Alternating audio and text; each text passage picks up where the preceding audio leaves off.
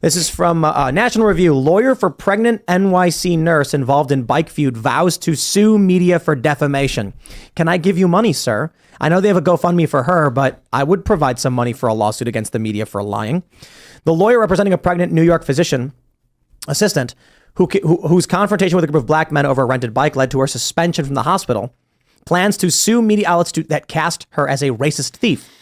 Sarah Jane Comrie got into an argument last week with a few young black men who claimed she was stealing a rental bike they paid for. Video went viral, this we know. She then released receipts. NBC News reviewed them too. So now they've been reviewed by everybody, and they've all confirmed it. Yep, that was her bike. They even gone so far as to say you can't rent the same bike out in rapid succession, meaning the only way she had the receipt is if she was the one who was trying to get the bike in the first place. These dudes were trying to rob her, and the media attacked her. Ben Crump, you got to sue. What's this guy's name? What's his lawyer's name? Ben Crump? No. This lawyer for Sarah Comrie.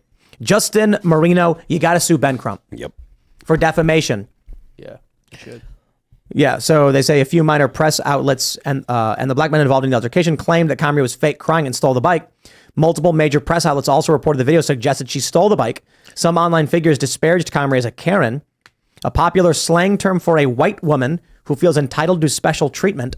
We are going to get an answer when we start filing defamation lawsuits, Marino told Fox News' Bill Hemmer.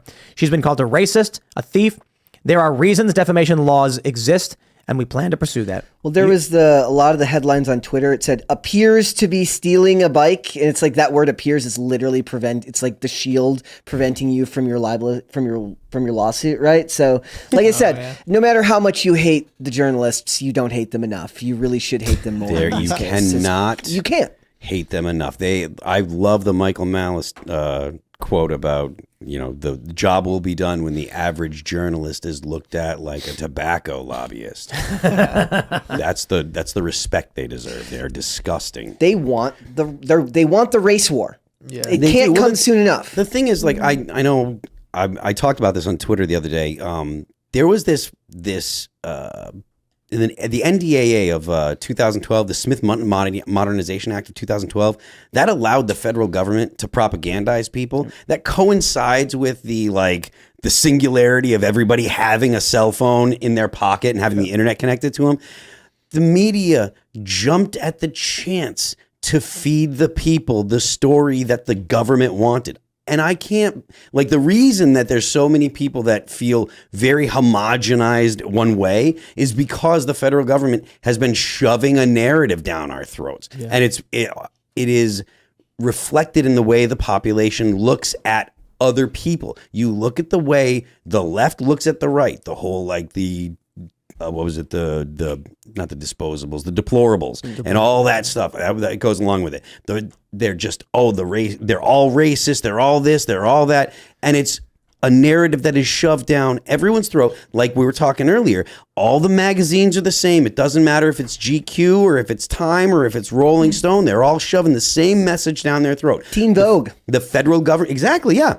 Giving young women communism since back for years now. Exactly. And the narrative that's coming out of the federal government is, there's all these, it's the white nationalism is the biggest problem, and your MAGA neighbor is probably a racist that hates you, and et cetera, et cetera. Mm-hmm. All of that is a propagandic message that is coming straight out of the federal government, directed at the left, because that's the quote unquote nice opinion, and it's also the one that actually empowers the government. So of course the federal government is going to promote a narrative that that says people should endorse what the federal government wants.